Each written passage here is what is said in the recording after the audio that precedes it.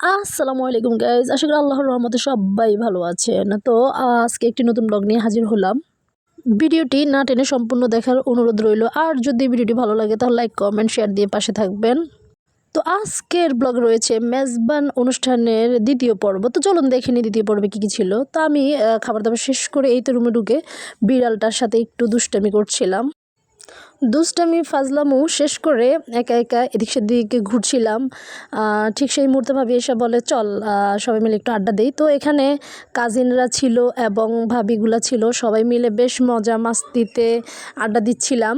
এই তো আমার কাজিনটা এক বাদল ভাইয়ের সাথে অনেক মজা ঠাট্টা করতেছিল, ফান করতেছিল। দুজন অনেক দুষ্টামি করতেছিল। তো বাদল ভাই লজ্জা পেয়ে চলে গেল রুমের ভিতরে। আর এখানে ও আমার বলতেছিল যে, আপু আমার কিছু ভিডিও করেন, দেখি চলেন লাইভে ঢুকি। তো আমি বললাম যে না। তারপর বলতেছে যে, আপু আপনাকে কিন্তু আজকে বেশ সুন্দর লাগছে। ইশারা আশারাই বুঝাইতেছিল যে আপুকে হেভি লাগছে, বারবারই কথাগুলো বলতেছিল। তো আমি ওরে বললাম যে আর বলিস না বোন, এবার অবজা। তাই তো ওরা আমি ভিডিও করতেছিলাম। আর এই তো এর মাঝে আমার কাজিন নিয়ে আসলো আমার জন্য ছোট ছোট পেঁয়াজু, বেশ খেতে বেশ ভালো লাগছিল, মুচমুচে ছিল। খাবার তো শেষ, খাবার খাইতে খেতে মনে হলো একটার ফুটেজ নেই, তাই এটার একটু ফুটেজ নিলাম। তারপরে বসেছিলাম, ভাবি বলে যে চল একটু ঘুরে আসি। পরে আসলাম, দেখলাম যে এখানে তৃতীয় লিঙ্গের ওনারা আসছেন আর কিছু দাবি করতেছেন। তো ওনার দাবি দাওয়া পূরণ করার পর উনি ডান্স করবে, তো উনি ডান্স করতেছিল। প্রকৃতপক্ষে হিজড়া বলতে পৃথিবীতে কিছুই নেই। হিজড়া হলো মূলত একটি সম্প্রদায়, একটি পেশা, একটি বৃত্তি, এর বাইরে আর কিছুই নয়। কারণ হিজড়া হয়ে পৃথিবীতে কেউ জন্মায় না। আমাদের দেশ তথা ভারতীয় উপমহাদেশ তথা দক্ষিণ এশিয়ার যারা ট্রান্সজেন্ডার রূপান্তরকামী এবং ইন্টারসেক্স আন্তলিঙ্গ, তারাই মূলত হিজড়া নামে পরিচিত। এই দক্ষিণ এশিয়ার বাইরে আর অন্য কোথাও হিজড়া বলে কোনো সম্প্রদায় বা পেশা বা বৃত্তি কিছুই নেই। এখন জেনে নেওয়া যাক যে ট্রান্সজেন্ডার এবং ইন্টারসেকশন কী বা কারা, যাদেরকে আমরা হিজড়া বলে আসছি। ট্রান্সজেন্ডার হচ্ছে তারা যাদের দৈহিক শারীরিক বডি লিঙ্গের সাথে মন ব্রেন লিঙ্গের কোনো সামঞ্জস্য নেই। অর্থাৎ ট্রান্সজেন্ডার এক ধরনের দেহ শরীর বডি ও আরেক ধরনের মন ব্রেন নিয়ে জন্মায়।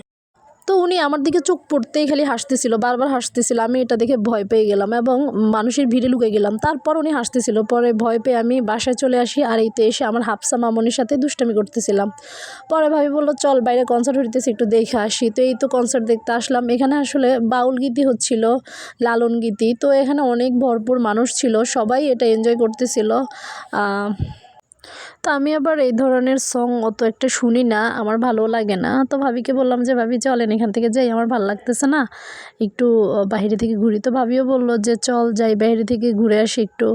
তো এই যে দূর থেকে ক্যাপচার করছিলাম, অনেক মানুষের সমাগম এখানে। তো বললাম যে ভাবি চলেন শীতের আমেজ নেই, ভাপা পিঠা খেয়ে আসি।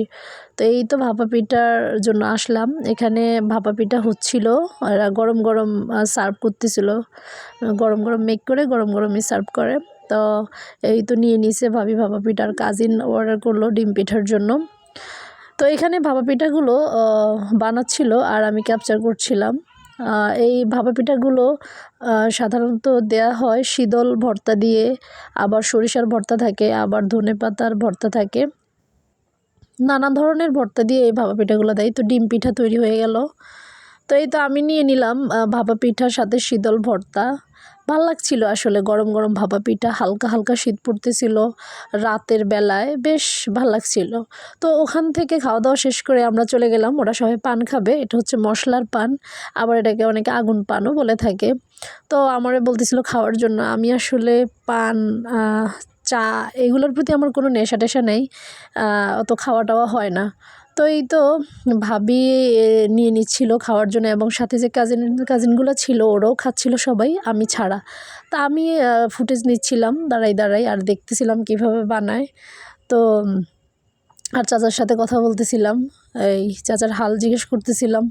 অনেক রকমের মশলাপাতি এখানে নিয়ে উনি পানটা তৈরি করে থাকে। তো ভাবি অনেক ফোর্স করতেছিল যে খা খা খা, একটু একটা নে। আমি বললাম যে না আমার ভালো লাগে না, আপনারাই খান, আমার এগুলোর প্রতি কোনো আকর্ষণ নেই।